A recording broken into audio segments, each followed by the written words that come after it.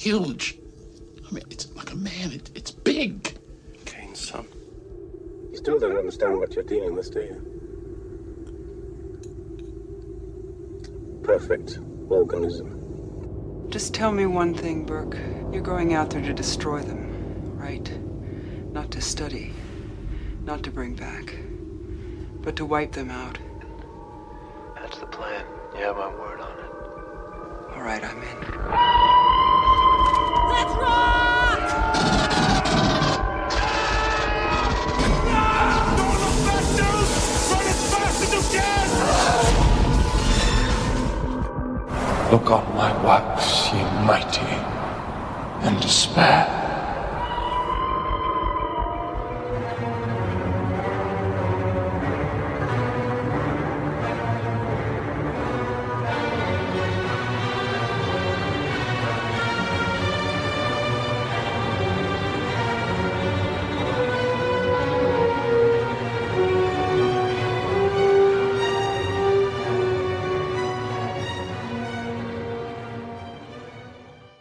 Welcome to Perfect Organism, the Alien Saga podcast. I'm your host, Jaime Prater, and I'm joined by my co-hosts, Patrick Green and Christian Motzka.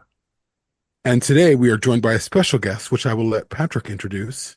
Today we're joined by Alien Royalty. We are thrilled to have with us Roger Christian, the Academy Award-winning set decorator of Star Wars, who went on to be nominated for and should have won another Academy Award for his work as an art director for Alien.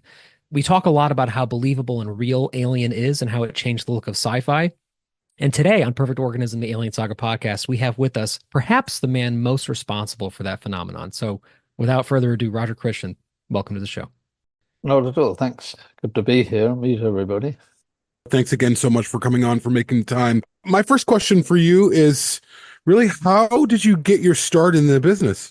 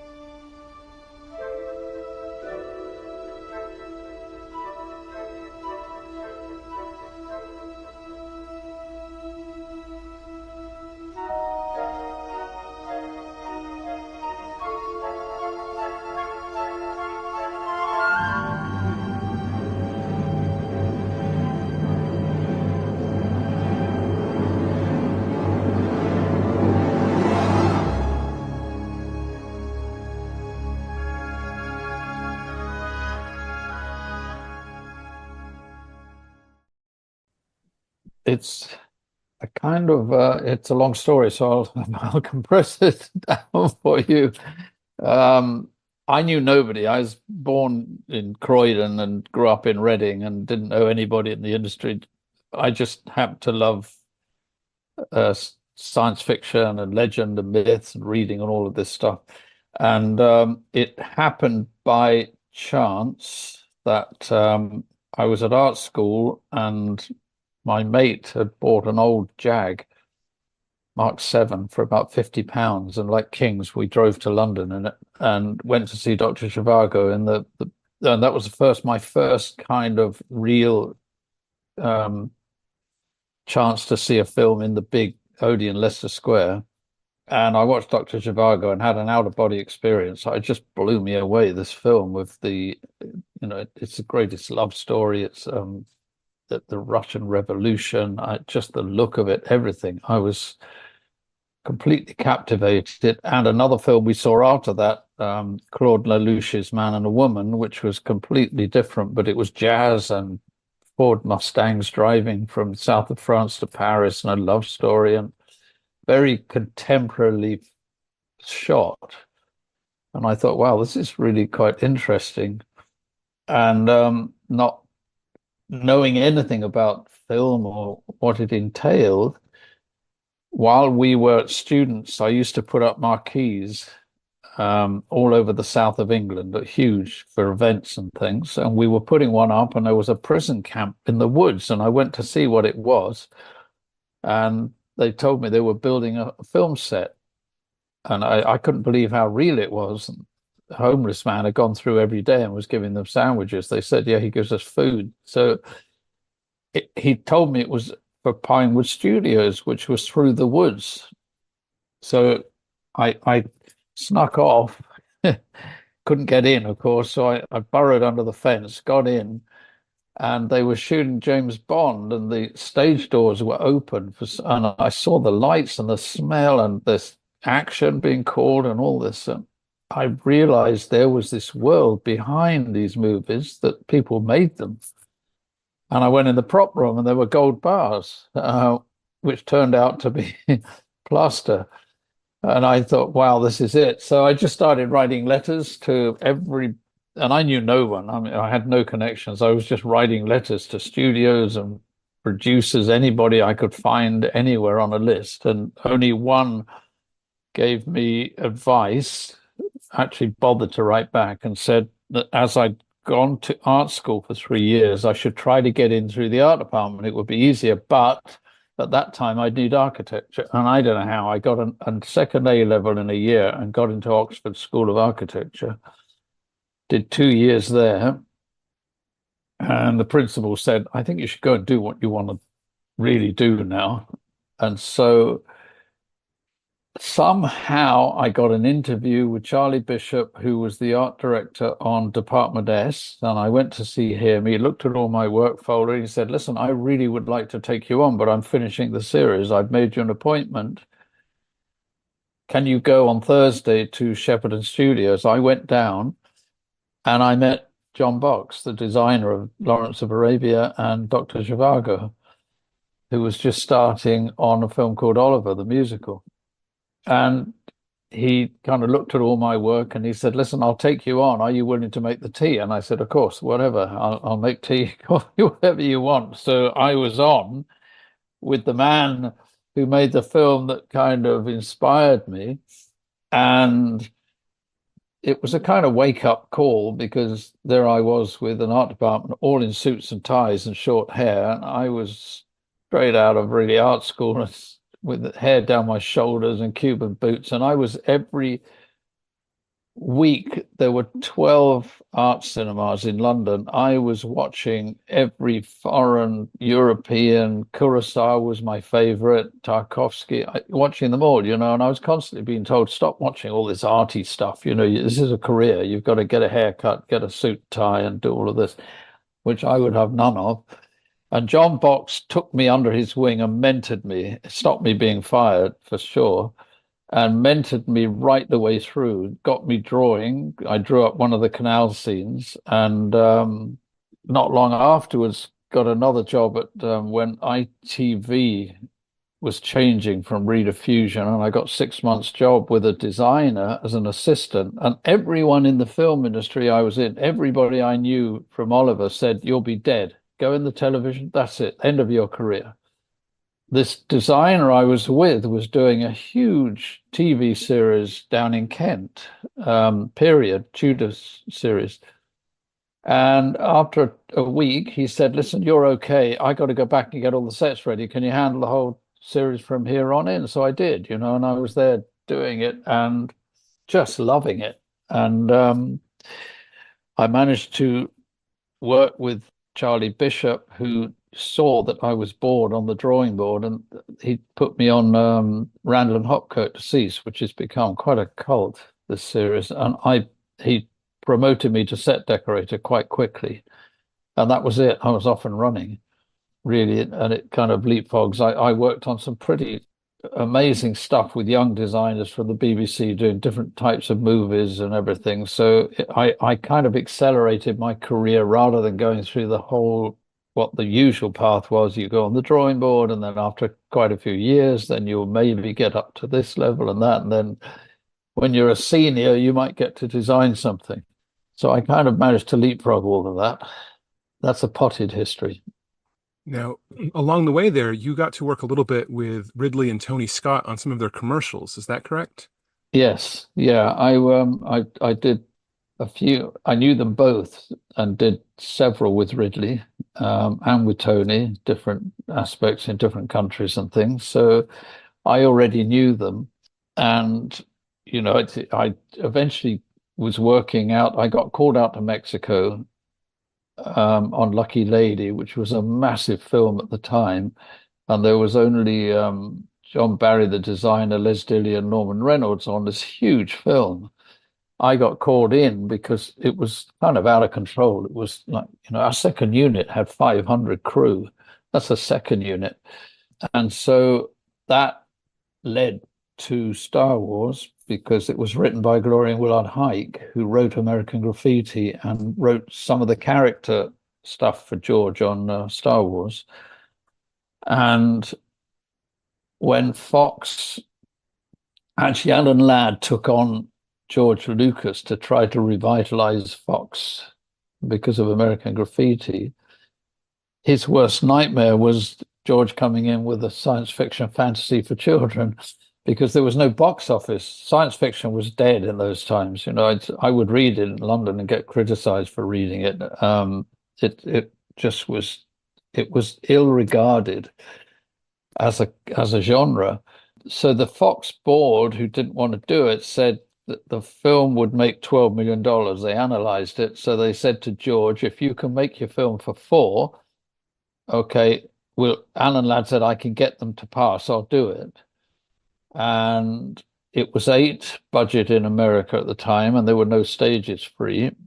And in England, we were half the cost exactly through exchange rates and things, and the stages were empty. So they had suggested George, when Gary fly down and meet John Barry and myself, because I was dressing it, he constantly kept saying, I'm trying to make a spaghetti Western in space. So they said, go and see what John and Roger are doing because they're making old Western buildings look into rum running sets and stuff. And that's what happened. George arrived.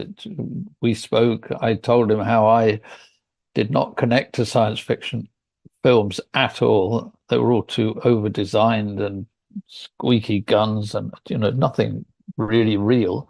I described it as an old car in a garage that the owners kept going and it's dented and bashed up and dripping oil. And I only realized when I was hired and read the script back in London that I described the Millennium Falcon perfectly. So that whole saga began. And then that's leading it to Alien was I went on Life of Brian right after another film. We did a final remake of Beau Geste with Marty Feldman. And then I was on Life of Brian designing it with Terry Gilliam. And Lord Delfont read the script and everything was packed up. I'd rented everything. I was ready to drive because I was driving down to Tunisia, taking the car with me. It was another low budget.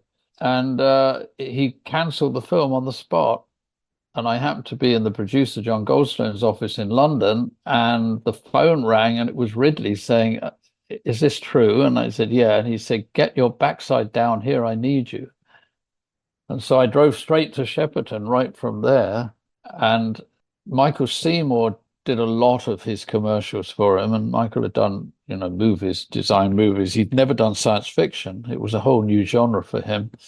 And the set decorator, who was a dear friend of mine, really got Oscars for kind of Room with a View and those kind of period films.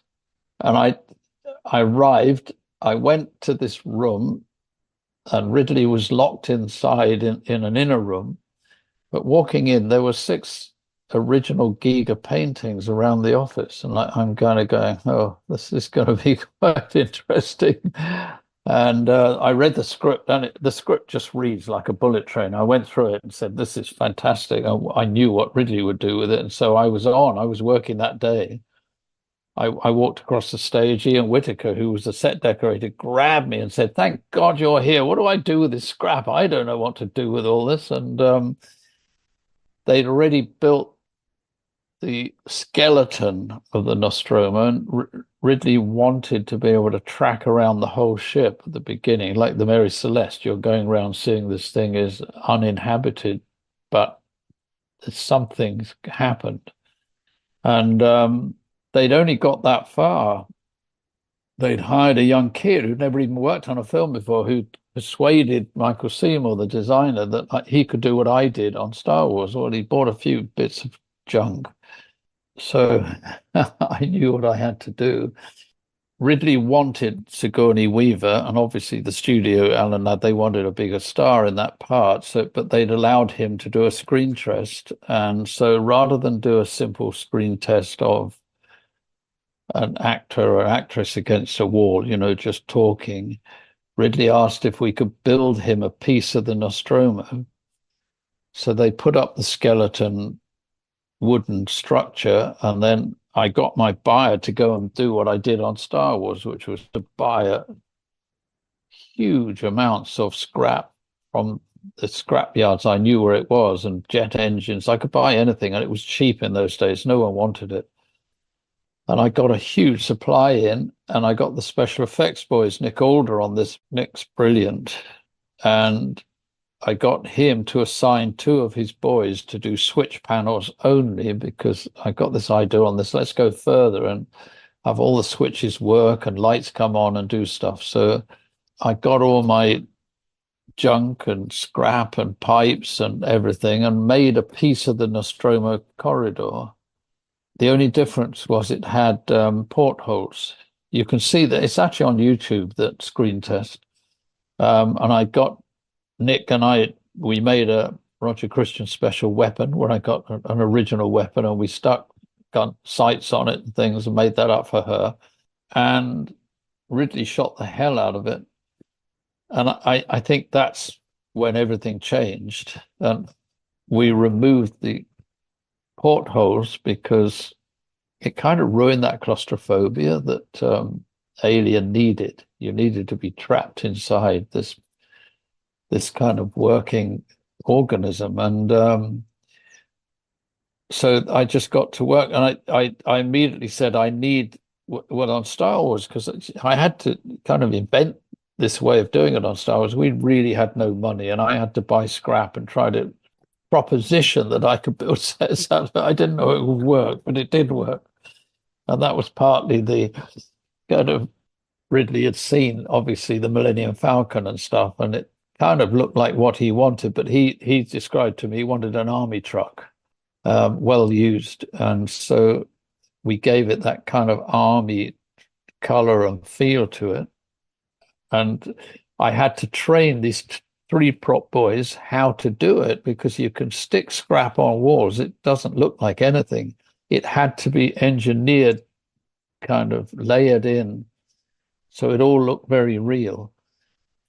So I got them hired. They came over, and we just went to work on doing the corridors and the bridge, which was been described as my nightmare of the making of Alien books, but was not a very easy set to do. But it looks just amazing, I think. I just think, I had Ron Cobb, and I became very fast friends with Ron, and I spent a lot of time with him. And I would go to his office and say, Ron, we need something in the hole that would go out and travel on a planet. So he'd draw me a ship or a craft, even down to the engine size and what the engine was and how it worked, everything. Ron was brilliant. So I lent on him a lot to kind of sketch stuff up. And part of that claustrophobic kind of element, Ridley drove Michael Seymour nuts. He lowered the ceiling of the bridge set down about 6 times. He kept saying no lower, because he's shooting an anamorphic widescreen, and he wanted to feel that oppression above. And it was a big deal, but he was right. It kept lowering and lower and lower until it was contained within the camera and gave you that sense of really being in a ship. Because when you look at Ron Cobb's, the original, they were more like Star Trek. There's people sitting in armchairs with big windows. It's just not real to me, anyway. Maybe to some people, it's not to me. I looked at submarines. I've looked at anything that goes into space. It's crammed. Every surface There's no luxury in there. Everything is lightweight. It's all crammed in. All the engineering and electronics are surrounding you because everything is done by weight, size, and convenience. And that was my kind of motivating factor for the Nostromo.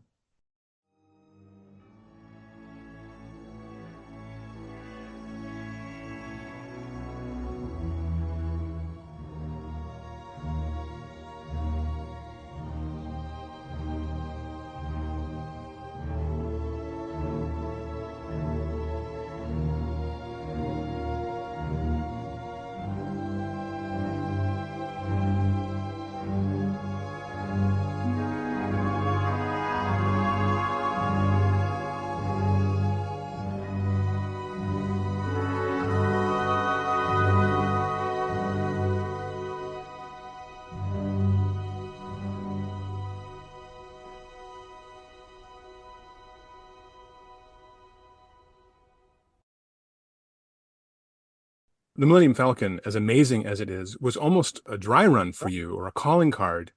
And it's such a small space, really, compared to what you walked into, what Ridley Scott had designed with these connected hallways and all these different rooms. Just the size of the cockpit of the Millennium Falcon versus the bridge of the Nostromo. Was that daunting? Was that a difficult thing to wrap your head around? With the Millennium Falcon cockpit, that's the first set we ever did. So I was kind of driving around London. I had, I think, $200,000 to do this entire huge space film, weapons, robots. I mean, everything came under set decorating. I just couldn't do it, but I loved the script. We become friends with George after working with him for 4 months before Fox would finance it. And we just spent time all together in a tiny studio getting R2-D2 to work, because without him, we didn't have a movie. And it was that one day I was driving around thinking, because I'd stuck bits of scrap onto we made a wooden mock-up of R2-D2, and I used an old lamp top for the head that I found in a scrapyard. And it kind of inspired me, and I stuck passenger plane lights into R2's head and stuff like that. I think it kind of inspired me to think maybe I could build sets if I could get airplane scrap. It's curious because I have a very clear memory of everything. And when I'm thinking back, it wasn't daunting. I just thought, I got to solve this because I want to make this film. It was my dream. And I think because George had made THX, he'd done it very low budget on the streets of LA then and cobbled stuff together to make vehicles and things. When I kind of suggested to him and John Barry that if I bought old junk airplanes parts, I could probably make the sets out of it, I wasn't shown the door, you know. And they just kept saying, yes, do it. The revelation to me, honestly, as soon as Fox bankrolled the film, they put me in a little 4-seated prop plane. I flew around 4 airfields in Britain.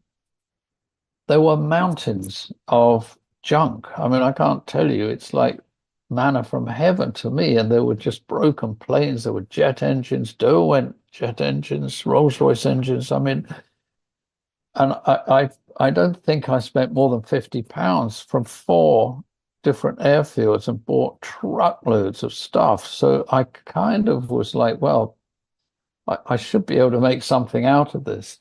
And the Millennium Falcon, what's different, and where it was daunting doing the Nostromo Bridge, the Millennium Falcon, because of the lack of money, there was only 2 views. You look in and you look out at the jump to hyperspace and looking in.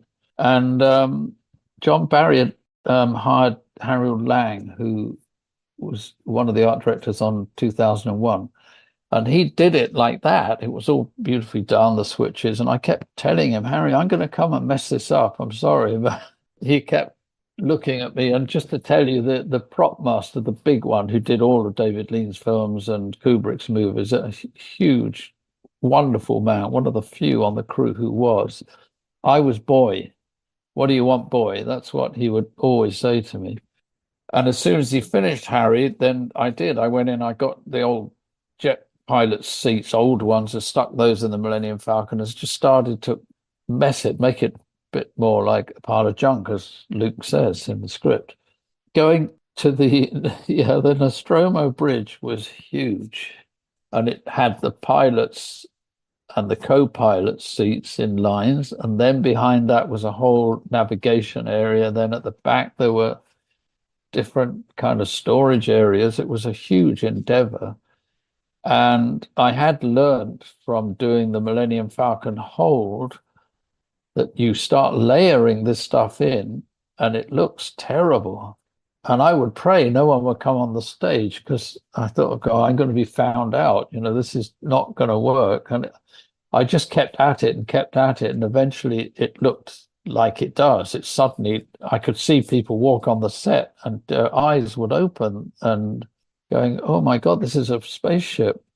So I knew that process, thank goodness, from having done it, having broken ground on it, that if I just kept going, it would work. Well, everything on the Nostromo, I bought drain piping, guttering, and little piping for taps and water piping.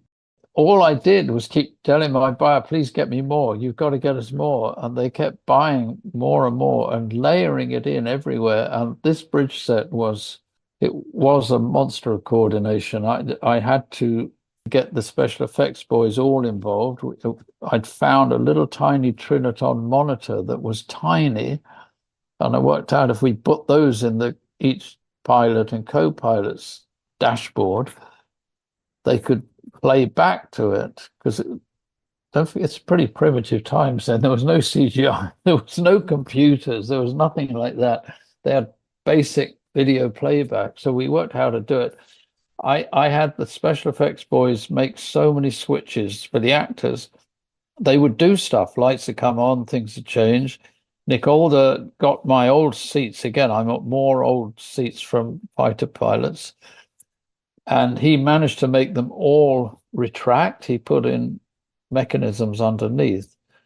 And I know from, the first one was Sigourney Weaver on the set, and I had to go down and show her, and she was just kind of, it just sunk into a reality that she was in. She could move the seat, switch, things like that, and it felt so real. It was just great being in this area. So I knew what it would entail, and I just kept my faith and kept going and going and going and going until we got it to look right, what it was. And I think that's one of the sets that I say I got 100% right. I think it should be somewhere in a historical museum somewhere, that set, because it was such a, everyone who came on it was just eyes wide open. They couldn't believe that we were not in a real ship.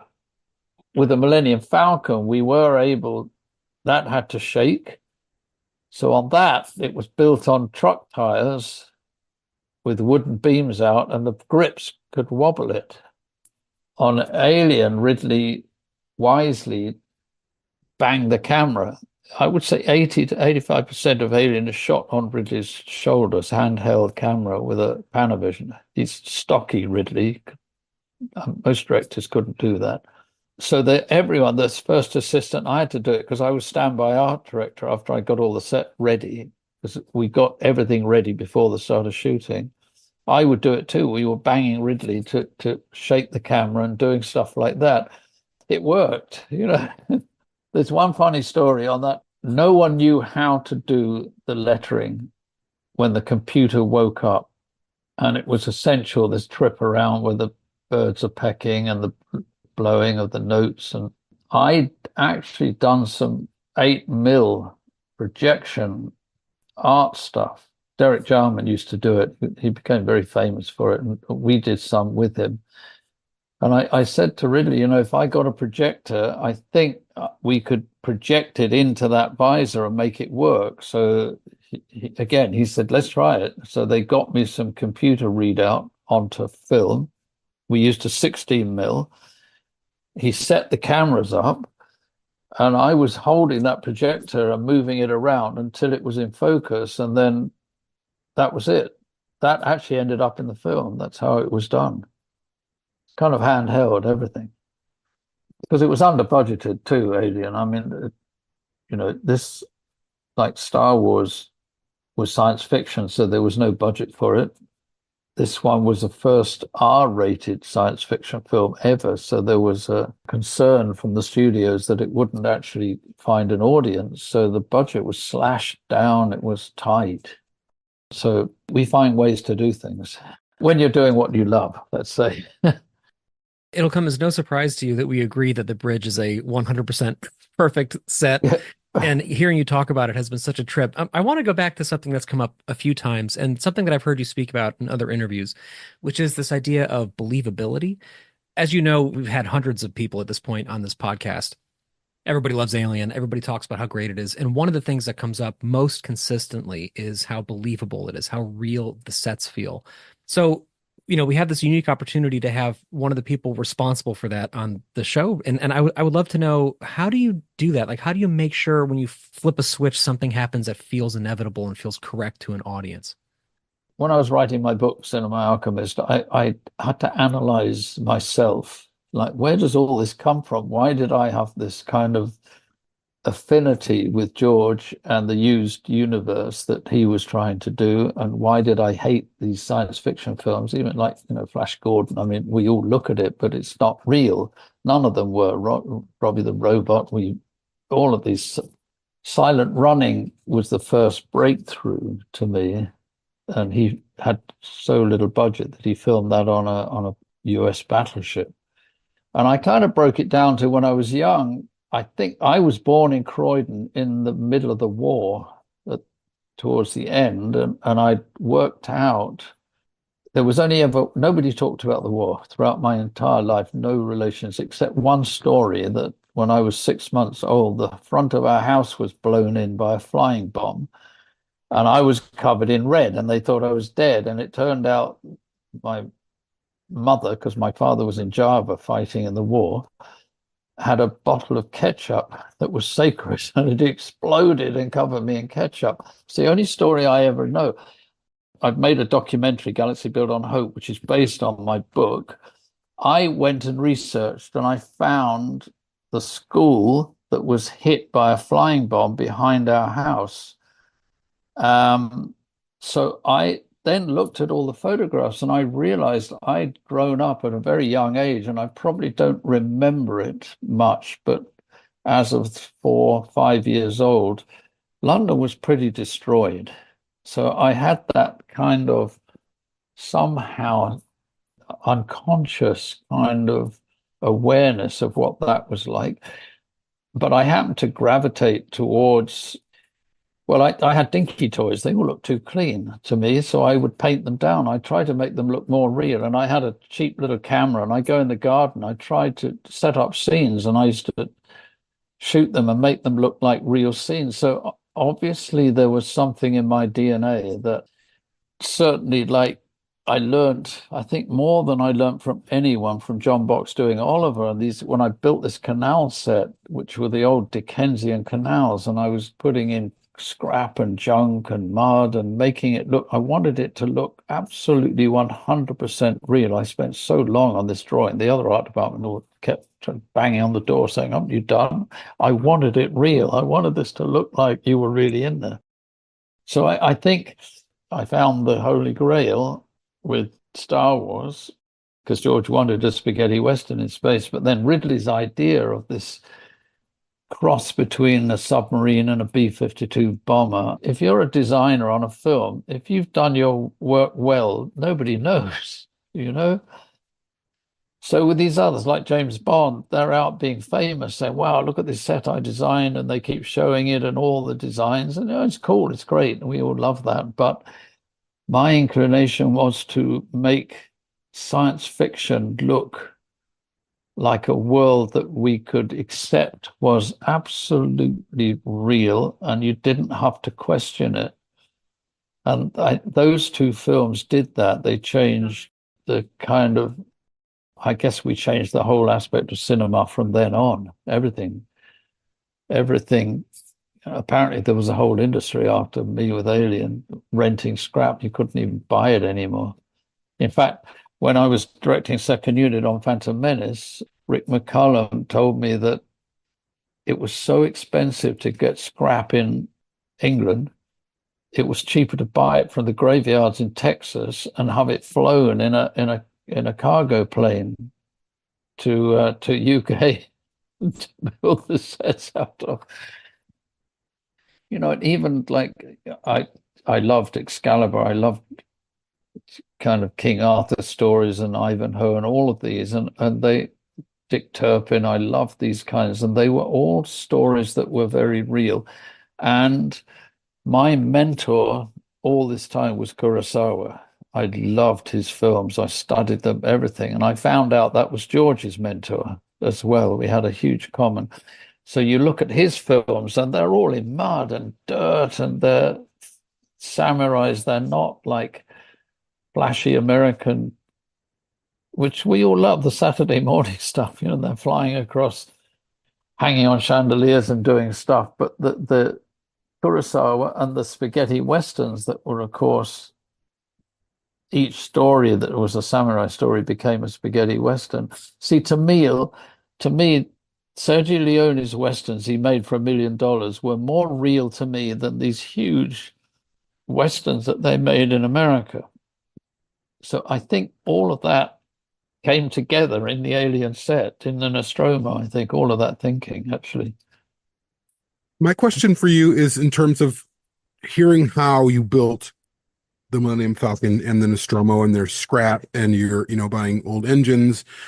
How does that, for those listening who aren't really familiar with how sets are built, some people think, oh, it's all plaster, or it's this, like, how does that process, what you did back in the 70s, differ today? Like, would they today still utilize like scrap from plane yards and things like that? Like, was it something where back then you just bought what you could and built what you could, as opposed to now where some things are 3D printed, a lot of things with big 3D printers? How does it differ today? It's very different. Do you know what sums it up? A mate of mine was the art director in charge of doing some of the stuff I did on The Force Awakens. And he sent me an email and he said, it's very interesting, Roger, like you had to go and buy scrap and stick it up and make it work. He said, now, even if there's a Morris Minor hubcap, it's all drawn into the sets. It's all designed in through a whole huge process, everything. It's all, he said, you did it organically, just grabbing whatever you could that looked right. With that process, that John Barry would build a wooden set, and there was Ralph McQuarrie's paintings, which gave us the key of how this should look and laid out. And then it was just a matter of doing it by sheer instinct of grabbing whatever we liked. The buyer on Star Wars, they were pulling down a telephone exchange in West Hampstead, and he said, we can have it. They don't want it. They want it all out. We went and bought the lot for 10 shillings, and there were cables and wires and switches, and all of this stuff.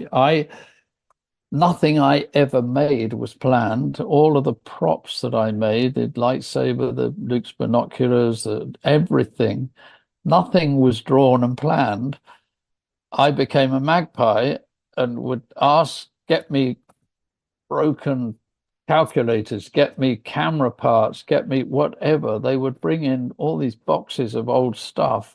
I, like a magpie, would just pick whatever I liked. And the same for doing the sets. I'd realized PVC piping was so cheap. I bought tons of it in all the different sizes. You could get it up to 2 foot, like a sewer pipe. I didn't know what it was for, nothing. I just got what I thought I could use. So, I mean, I like that process. I prefer that process, actually. They still do it at ILM. I mean, they're still making models and sticking bits of model kits on stuff, because it's a kind of organic process, but it's getting less and less. Obviously now there's virtual stages and the way that it's going, but everything's designed, and we only had Ralph McQuarrie's 6 paintings, George's idea of what it could be, and John Barry's genius to be able to convert that into a set that then we would go in and kind of try to create it. We did buy, I think it was the first backfold machine ever in existence. John Barry was always complaining that it cost about £10,000, and we made him get it. But he printed all of the Death Star panels on that, and they were flimsy, but we stapled them up onto the wooden, and that created the Death Star. And in fact, I used them on my crashed spaceship that I had to hide an olive tree with. It was the size of a Boeing 747. I used the same sheets, took them down, burnt myself. I got on a ladder and burnt it with a blowtorch, and I put the sand from the desert floor into it and made it kind of all fit in. They're doing amazing stuff now. The toy box is open. I mean, there is nothing that you don't even have to have blue and green screens now. They're kind of filling it with already filmed virtual sets. But I do notice, like even on Avatar and the sequels, you'll see that James Cameron's still building stuff, and I think those that have that kind of engineering sensibility still prefer that way. I certainly do. And it's not because I'm aggressive. I'm always a progressive. I'm always the one trying to look forward into new techniques, and it gives us the stuff. But I think, I don't know, I've asked this question so many times, and I just think there's some organic process that bleeds out of the screen to us as an audience when it's tactile, it's real. You can actually feel it, I'm a fan of that show, House of the Dragon. I've been watching a lot of behind the scenes on the show, and they were talking to a woman who was a part of the costume department, and she was talking about how they worked on this one specific costume for 10 weeks with embroidery. I mean, 10 weeks on one costume. And but if you look at the show, it feels real. And I think that's to a point that you were making, like the Millennium Falcon, the Nostromo, they feel real, like that attention to detail, that meticulous, like, how do we make this real? And it takes a while, like it really comes through. So the audience might not fully know how things are made, but it feels like it's been there for years or centuries or whatever. And so it really, like, for me, like, I love the Nostromo. It's something I could look at that set for hours and never tire of it. It feels like something real. It feels like a piece of real future history. It's a phenomenal set. It's one of the most phenomenal sets I've ever seen. Yeah, and was working on it, and this idea when they built the stage, they put the two stages together, and it was built like a snake going around them. That was Ridley's genius. You went in through a small slot in the wall, and you were in the Nostromo. You couldn't get out. You went right the way past through to everything. And again, it's certainly embedded the actors into such great performances because they were in a real ship. They could hardly question it. It was like something that they hadn't really experienced before. This was not they're always three wall sets. You've got one out and the lights. A lot of this was internally lit, and Ridley was just shooting where he could. It all came together in the camera with this whole idea of it. I directed Nostradamus, and we the only way to do it for the budget, I had to go to Romania just as the revolution finished. I mean, our hotel had shell holes in the walls, but honestly, it was medieval France. I filmed it externally of a medieval city, and I didn't even have to take an antenna down. It was as it was, because I was in heaven, and I was pushing all that onto the screen as well. This all comes from John Box and what I'd learned on Oliver and Star Wars and Alien, all of these things.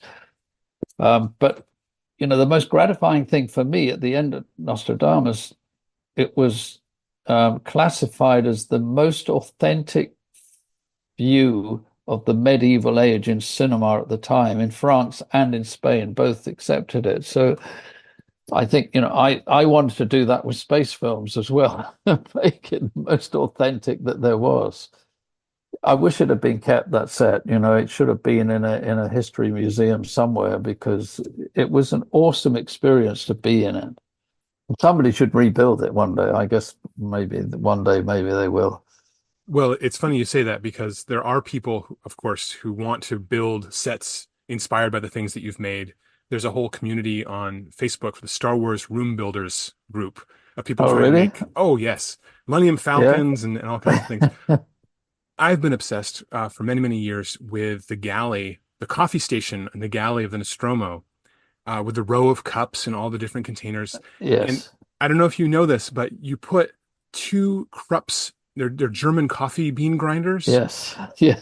and you know where else it was used, right? It's Mr. Fusion from Back to the Future. The Oh, thing. really? Oh yeah. So these things are impossible to find because the Back to the Future folks are all buying them to add to their DeLoreans to Oh, make that. really? I didn't So know that. Again, to me, I thought, what are this crew? That look, they're real like workers, most of them. They're not like uniformed sergeants and corporals. These are all a group of kind of hardcore walk. They'll have coffee. So it was my idea. And I filled all those boxes with different cereals. There's cornflakes in there, there's Weetabix, there's all sorts of stuff like that. Because in a way, that's what it would be. I didn't bother to go out and think, oh, let's do spacey science fiction fruits and something weird. I put in what it would be. Again, it kind of it was just after the reality of the whole thing. And Ridley brought that out, the way that was filmed, and them drinking coffee and talking, and eating. It sometimes, both films, see, George Lucas always told me, I'm actually making a documentary. I'm not doing a feature film. And that's the way we're treating it. And Ridley, I think, did the same with Alien. They're the difference, whereas these huge Hollywood blockbusters are the best that anyone can do. And no one does them better than Hollywood. But when you watch the first Star Wars, particularly, and Alien, and I showed my 10-year-old, I got a 10-year-old now, I showed him Alien about 2 months ago. I said, you're ready now, watched it. So normally watching Star Wars, okay, but normally within half an hour, the iPad's going as well, stuff. He was gripped from beginning to end. And I said, what do you think? He said, wow, that was really real. Um, I thought, wow, yeah, it's still working to this day today. That's the difference, I think. That's why, it's a classic story. It's a metaphor for fears deep inside everybody, and the best horror plays on that. It's psychological. That one does it with a vengeance, and the casting was great. And I think it kind of it's timeless. So it belongs now as a masterwork of cinema. It's a fusion of people and stuff coming together. I mean, I just, the paper's blowing. You've probably seen what I talked about it, that he wanted the papers fluttering at the beginning to give life. I'm standing there next to Ridley and he says, yeah, it would be quite cool. And I just I grabbed the hairdresser's hairdryer and said, okay, I'm going to get under this set your camera up, put the papers in. I was like bruised under the set was a network of 2x4s and 2x2s. And I got under there and started blowing. And I was just calling out, saying, when it's right, shoot. So that's how we did it. A lot of things like that. And the notebook, I don't know if you ever noticed, but Ash, when he's examining the face hugger, he's writing in a little notebook. And that was a story where Ridley was coming to that scene. He said, oh, we need a notebook. And I went, notebook? He said, yeah, can you do me a notebook? And I literally, as he said it, the continuity lady had an X70, the old Polaroid, and the casing flew out, blonk, into the waste bin right in front of me. And I went, oh, there it is, and picked it up, thought, wow, ran to the office, got some drafting paper, stuck it in. I found a pen that looked like a 2001 metal one. That was it. Went straight on the set. See, any other film that would have been designed and thought about and mulled over and done beautifully, and it would have been done. But John Barry once said it to me, there is something appealing about an object that's been designed for something else, so it functions. You don't know quite what it is or why it works, but there's something appealing when you adapt that and use it. I think that helps to give clues into why this worked. To that end, as we come towards the end, I have been trying to rebuild your motion tracker prop from the first film. Yes. And that's what, there's that sense of it being encrusted. There's so much detail, there's so many aspects, but one piece of it is absolutely an ice cube tray, and another piece is a gutter Yes. cover, but Yes. and another piece is a Rolls Royce car key. But it doesn't matter, because when it all goes together and then you've put your letraset numbers and letters on it and everything, we just accept it. It looks like part of that universe. Yeah, that's again, it's those collected. That was actually the first thing I ever did. Ridley was drawing and doing his Ridleygrams, for a month. They forced him to stay in that office and draw. And as soon as I read the script and I asked the buyer, I said, "Can you find me something that's Army?" And she found that Army unit that was a kind of little portable TV radio unit, and it was actually Army done like a field unit. So it already looked right. So I just took that and I was always buying more and more super glue. I just thought, okay, I got to change it. So I was finding bits by then. I'm started collecting, ice trays, all this stuff. I mean, look at it on Obi-Wan Kenobi's lightsaber. There's a tap head stuck on the end. Well, no one would ever think of doing that, but it just looked right. So yeah, that tracker was and just kind of disguised it. I mean, even once shooting that bridge, this was in the first 4 days of shooting, because Ridley was lighting as well.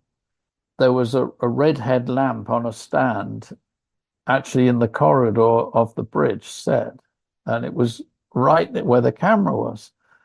And Derek, the DP, said, "Ridley, you can't do that. There's a light in the set." And Ridley looked at me and said, "I'll cure that."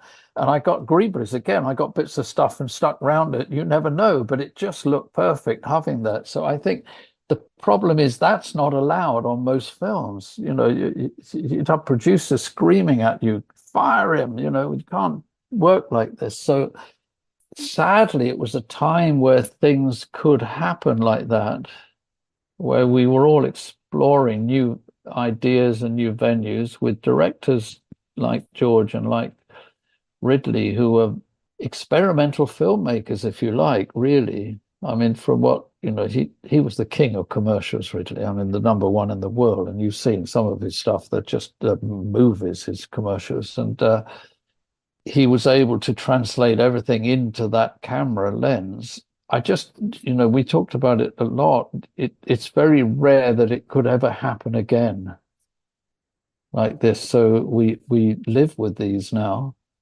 That's why I wrote the book at the end of the day, because when I wrote my book, there was nothing on Alien. There was Den of Geek had done an article on the sci-fi corridor, and there was one book by Scallion, and they'd interviewed me at the time on the set, Charlie Lippincott. But there was nothing written, and I thought, these films are going to be studied in the future. There's going to go at universities. I'm sure it's already happening now. And there was a whole history of how they actually got put together was missing. So I kind of felt obliged to write this book and now do this documentary on it.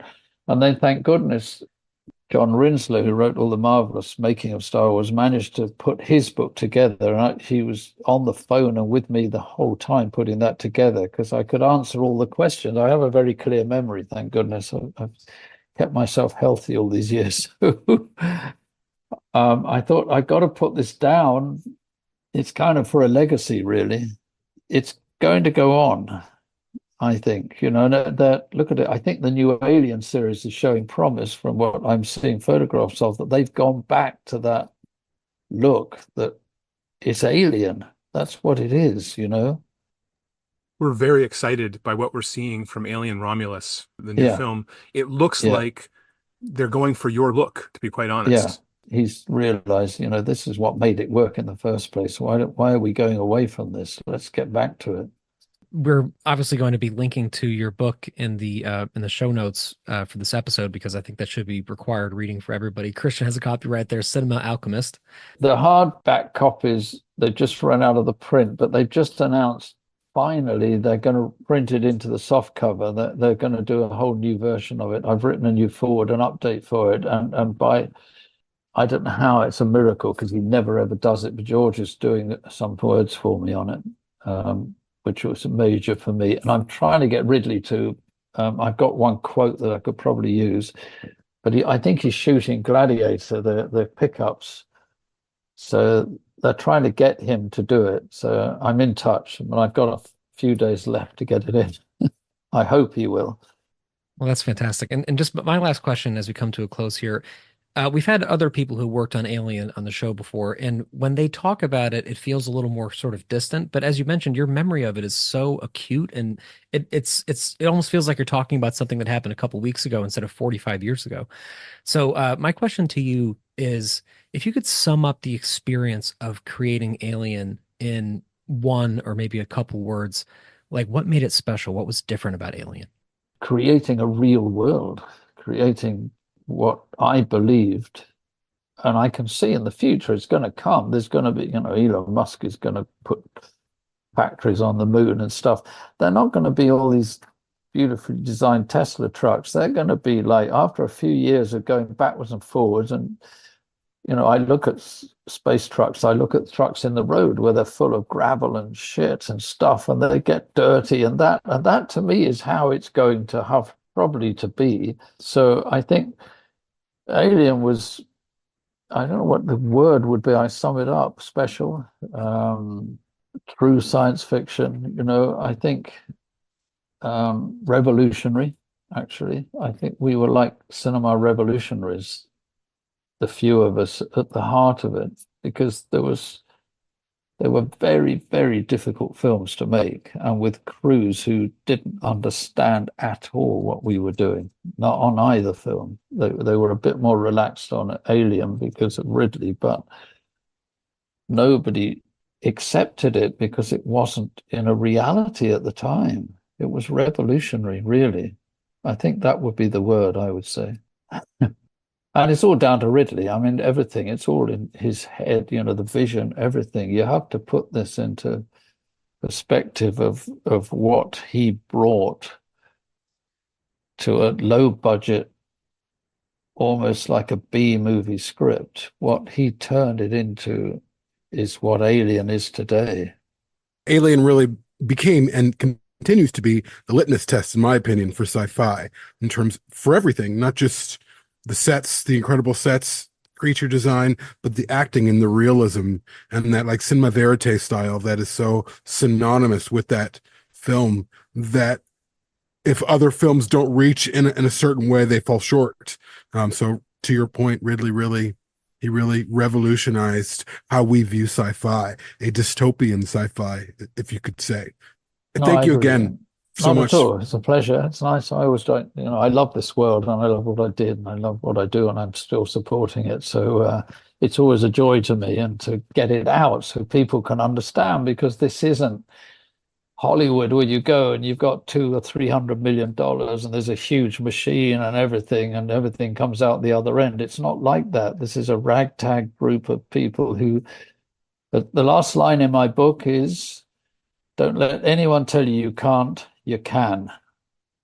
And I think that sums it up. And it's a motivation. It doesn't matter what you do. Have to be in the film industry. You can be a builder. You can be an accountant. If you believe in your core of what you're doing and you're going to do it, and that's it, there's always going to be 100 naysayers around you going, no, you can't do that. No, don't do that. No, that won't work. Oh, get this, do that. Do it my way, everything.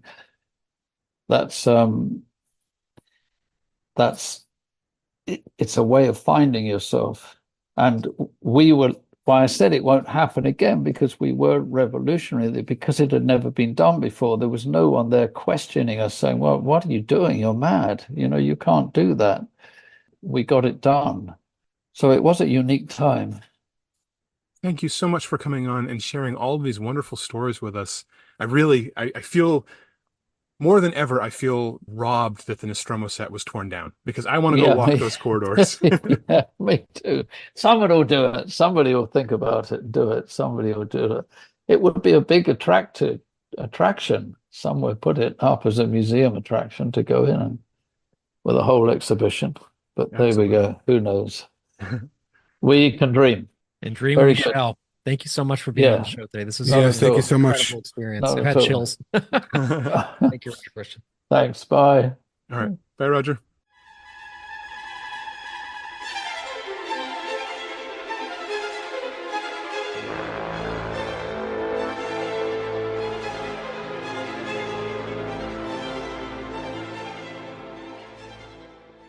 To find out more information about Perfect Organism, the Alien Saga podcast, please go to www.perfectorganism.com.